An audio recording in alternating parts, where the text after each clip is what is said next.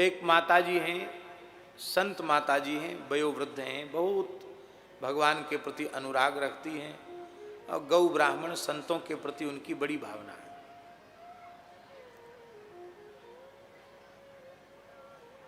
उनके स्थान पर लिखा है मेरे ठाकुर।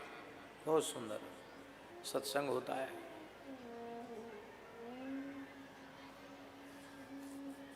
तो जिस दिन कथा पूरी थी उस दिन हमको तो वृंदावन आना था और उनको जाना था वैष्णव देवी। जम्मू में, जम्मू के पास कटरा, वहाँ वैष्णव देवी उनका दर्शन करने जाना था। तो उन्होंने हमसे ऐसा कहा कि आपकी दृष्टि में कोई भगवत प्राप्त पुरुष संत इस समय ब्रज में है क्या? मैंने कहा भाई ये तो भगवत प्राप्त है कि नहीं तो भगवान जाने। बोले नहीं नहीं, आपके विश्वास के अनुसार कोई ऐसे संत हैं जिनके बारे में आपकी अंतरात्मा कहती हो कि उनको भगवत साक्षात्कार हो चुका है। आप कोई संत का नाम लें।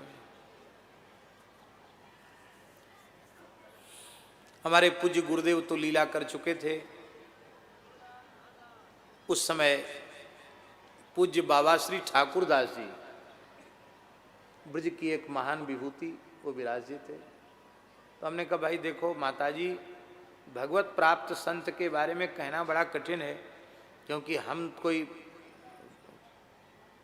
प्रमाण देने की, प्रमाण करने की सामर्थ्य तो हमारी नहीं है। आप कहें क्या प्रमाण है, तुम प्रमाण तो आपको नहीं दे सकते। हमारा अंतःकरण कहता, हमारा मन कहता है कि जैसी अनुपम अद्भुत रहनी है पूज्य बाबा श्री ठाकुरदास जी की, जैसा विलक्षण उनका साधुता पूर्ण स्वभाव है, जैसा त्याग वैराग्य और भगवत अनुराग उनमें है, उसको देख के लगता है कि निश्चित उन्हें भगवत साक्षात्कार हो चुका है।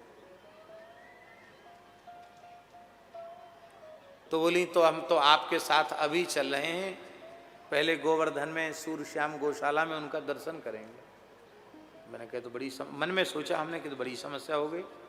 बताया क्या, तो माताजी तैयार हो गई।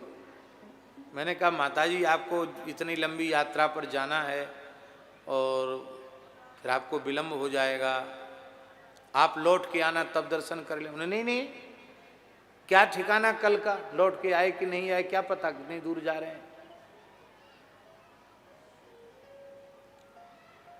तीर्थ दर्शन भगवत दर्शन से भी अधिक महत्व संत दर्शन को देना चाहिए। उन्होंने कहा आपने बता दिया, आपको हम प्रामाणिक मानते हैं तो हम दर्शन करने चलेंगे। तो मैंने उनको बहाना किया, बहाना क्या सच्ची बात थी। हमने कहा माताजी आप अन्यथा न माने, उनकी अपनी मर्यादा है, वे द्रव्य का स्पर्श तो करते ही नहीं, नारी मात्र का मुख नहीं देखते हैं, तो आपको निकट से दर्शन भी नहीं हो पाएगा, तो आपको संतोष नहीं होगा, आपसे कोई बातचीत नहीं कर पाएंगे। उन्होंने कहा दूर से तो दर्शन हो जाएगा, जंगले से तो दर्शन हो जाएगा, अरे जिस कुटिया में वे बैठे हैं उस कुटिया का दर्शन तो हो जाएगा, पर आप रोकिए मत।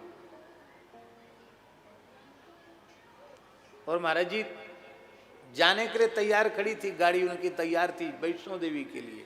उधर न मुड़कर उनकी गाड़ी हमारे साथ गिरिराज जी आई और बाबा का प्रेम से दर्शन भी उनको मिला और प्रसन्न होकर के, तृप्त होकर के वो वहाँ से फिर गए।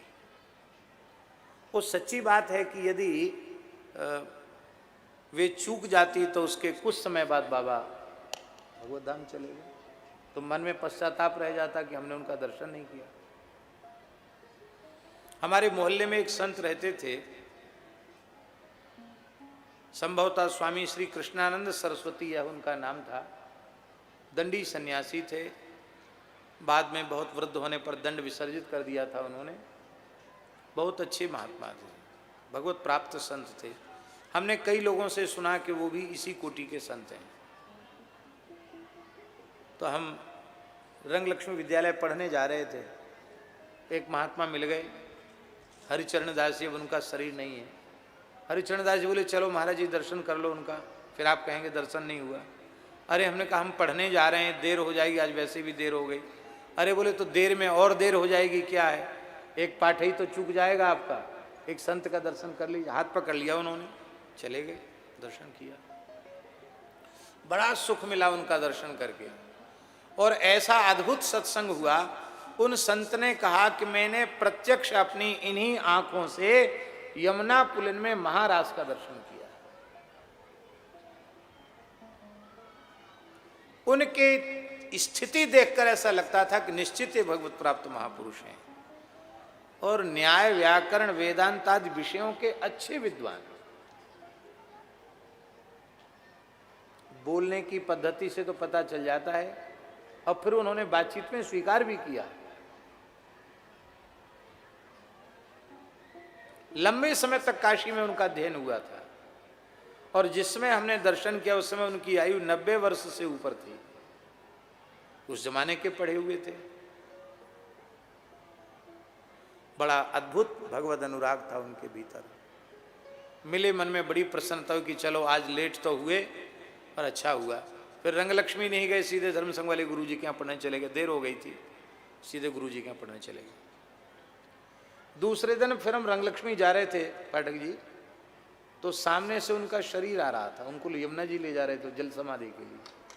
तो मेरे मन में आया कि रे कल ही हम मिले, यदि हम चूक गए होते तो आज हमें केवल उनके देह का दर्शन होता, उनके सत्संग का सौभाग्य हमको नहीं मिला। लाख काम छोड़ करके सत्संग कर लेना चाहिए, संतों का दर्शन कर लेना चाहिए,